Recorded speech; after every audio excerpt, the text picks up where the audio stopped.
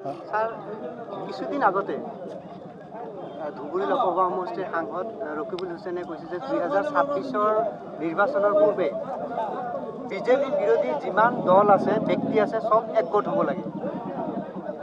কি ক'ব?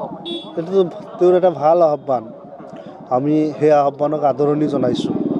কিন্তু প্ৰথম প্ৰশ্নটো হ'ল যে তেওঁলোক বিজেপি বিৰোধী হয়নে নাই, যিজনে আহ্বানটো দিছে। এইটো এটা উনুকিয়াই চাবলগীয়া বিষয়।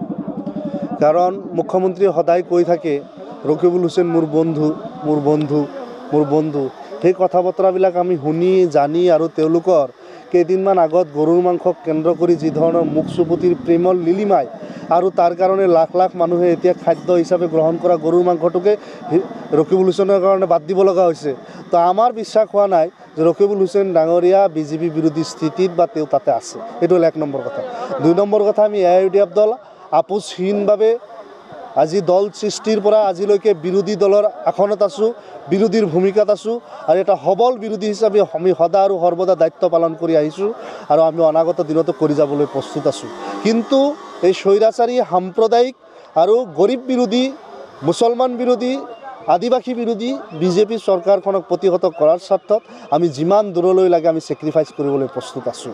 কিন্তু যোৱা নিৰ্বাচনত যিসকলে বিজেপিৰ চৰকাৰ আনিবলৈ সহায় কৰিছে, অখিল গগৈ আৰু লুৰিণজ্যোতি গগৈ, তেওঁলোকক অসমৰ জনগণে কি ধৰণে বুজাব, তেওঁলোকক কেনেকুৱাকৈ চাপ সৃষ্টি কৰিব, সেই কথাটো কিন্তু আজিৰ সময়ত চাবলগীয়া হৈছে।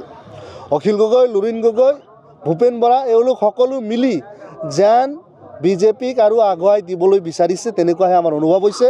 যোৱা নিৰ্বাচনত অখিল গগৈ আৰু লুৰিণজ্যোতি গগৈৰ কাৰণে অসমত কংগ্ৰেছ, AIUDF, CPIM, BPF-ৰ চৰকাৰ অহা নাই আৰু বৰ্তমানো তেওঁলোকৰ যিবিলাক কাৰ্যকলাপ সেই কথা বতৰাবিলাকে আহি আছে। যদি কংগ্ৰেছে বিচাৰে AIUDF-এ মিত্ৰতা থাকিব নেকি?